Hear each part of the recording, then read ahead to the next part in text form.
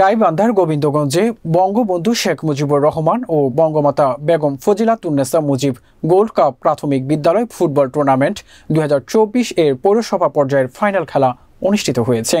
গোবিন্দগঞ্জ উপজেলা প্রতিনিধি নূর আলম সিদ্দিকের প্রতিবেদনে দেখুন বিস্তারিত।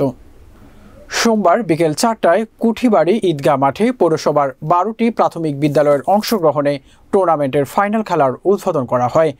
উদ্বোধনী অনুষ্ঠানে প্রধান অতিথি হিসাবে উপস্থিত ছিলেন গাইবান্ধা জেলা আওয়ামী লীগের সদস্য ও পৌর মেয়র মুকিতুর রহমান রাফি। বিশেষ অতিথি ছিলেন উপজেলা মহিলা ভাইস চেয়ারম্যান পাপিয়া রানী দাস পাখি। এ সময় উপজেলার প্রাথমিক সহকারী শিক্ষা অফিসার চয়নিকা খাতুন, সাফিয়া খাতুন, সরকারি প্রাথমিক বিদ্যালয়ের প্রধান শিক্ষক আজমল হোসেন সহ বিভিন্ন প্রাথমিক বিদ্যালয়ের শিক্ষক শিক্ষার্থীরা উপস্থিত ছিলেন।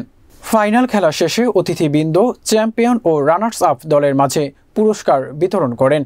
বঙ্গবন্ধু শেখ মুজিবুর রহমান গোল্ড কাপ প্রাথমিক বিদ্যালয় ফুটবল টুর্নামেন্টের ফাইনাল খেলায় কালিকা ডুবাক সরকারি প্রাথমিক বিদ্যালয় 1-0 গোলে কুঠিবাড়ি সরকারি প্রাথমিক বিদ্যালয়কে পরাজিত করে। অন্যদিকে বঙ্গমাতা বেগম ফজিলাতুন্নেসা মুজিব গোল্ড কাপে পান্তাপাড়া সরকারি প্রাথমিক বিদ্যালয় 2-0 গোলে কুঠিবাড়ি সরকারি প্রাথমিক বিদ্যালয়কে পরাজিত করে।